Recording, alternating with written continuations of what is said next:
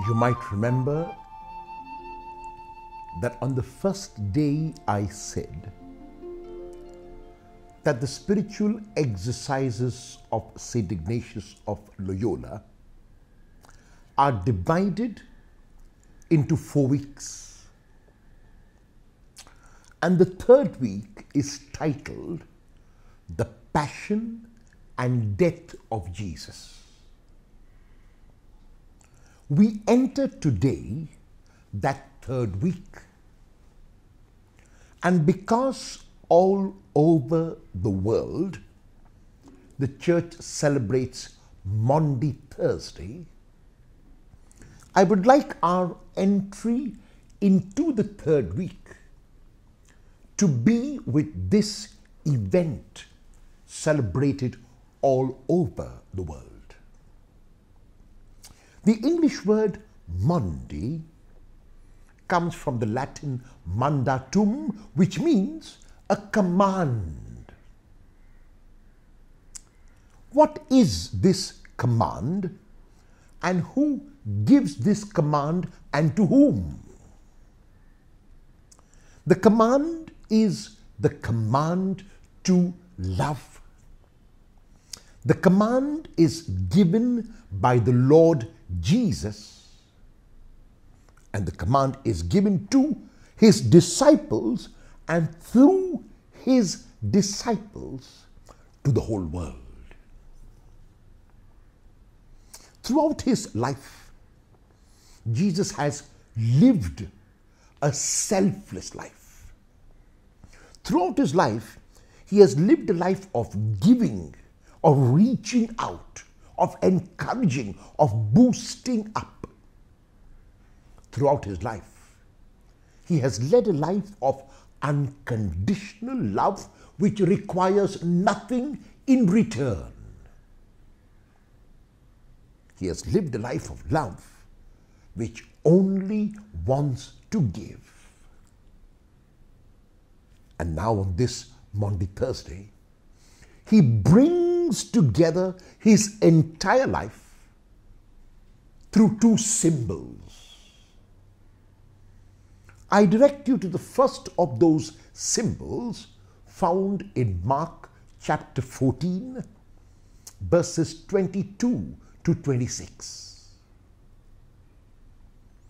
It is the scene of the Last Supper. And Jesus knows that the time has come for him to depart from this world and to go to the Father. So what does Jesus do in symbolic form?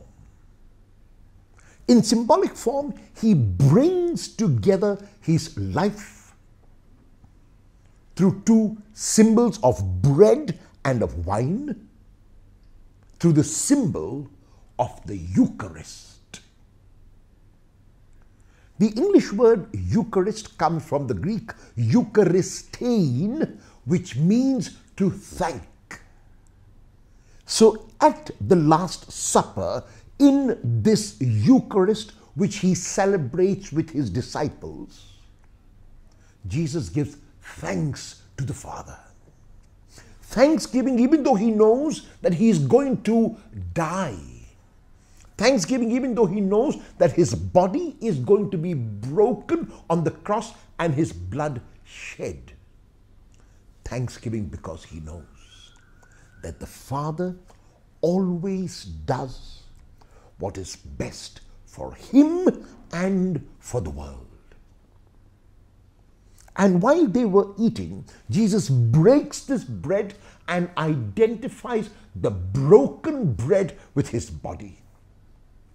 He shares the cup of wine and identifies the wine with his blood, and the command here is to do this breaking and shedding of body and blood in remembrance of the Lord. The symbol will remain at the level of symbol unless it is transformed into reality. In the case of Jesus, the reality of his life was brought together in these symbols, and from the symbol taken to the cross. Is the Eucharist the center of my life? When I use the term Eucharist or Mass, what do I mean? Do I refer to the ritual that is celebrated in the church?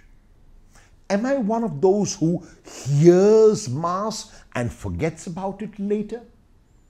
Am I one of those who goes to the sacrament of the Eucharist only to fulfill an obligation, or because I am scared of punishment by God? Does my Eucharist end in the church, or is my life a Eucharistic life?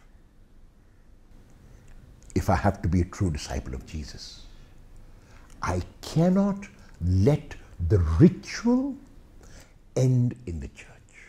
The ritual has to be transformed into reality. Like in the case of Jesus, the symbols of bread and wine became in reality his body and blood. So in my case, whenever I participate in the Eucharist, I need to be transformed. I need to become a better person. I need to give and to reach out and to love. If not, then I need to ask myself whether I'm really participating in the Eucharist. In the Eucharist as we celebrate it today, every single sacrament is contained. In the Eucharist as we celebrate it today, every single sacrament is brought forth. The sacrament of reconciliation, the sacrament of community, the sacrament of baptism, the sacrament of giving and of giving till it hurts. And so my plea to you would be that as we celebrate the Eucharist this Maundy Thursday, that you ask God to keep your mind open to the grace that He wants to pour therein. That your Mass, that your Eucharist will be celebrated on the altar of the world, and that the bread that is broken and the wine that is shared will be your own giving of yourself. A giving till it hurts. A giving even when there is nothing to give.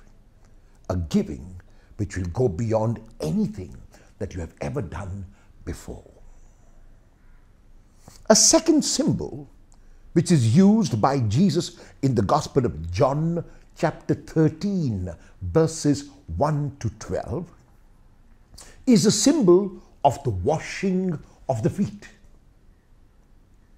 And even though washing of the feet may be interpreted as the sign of humble service, as the sign of doing humble labor, as the sign of choosing the lesser place, it goes beyond. Because it is not merely humble service or choosing the menial job, it is a prophetic gesture.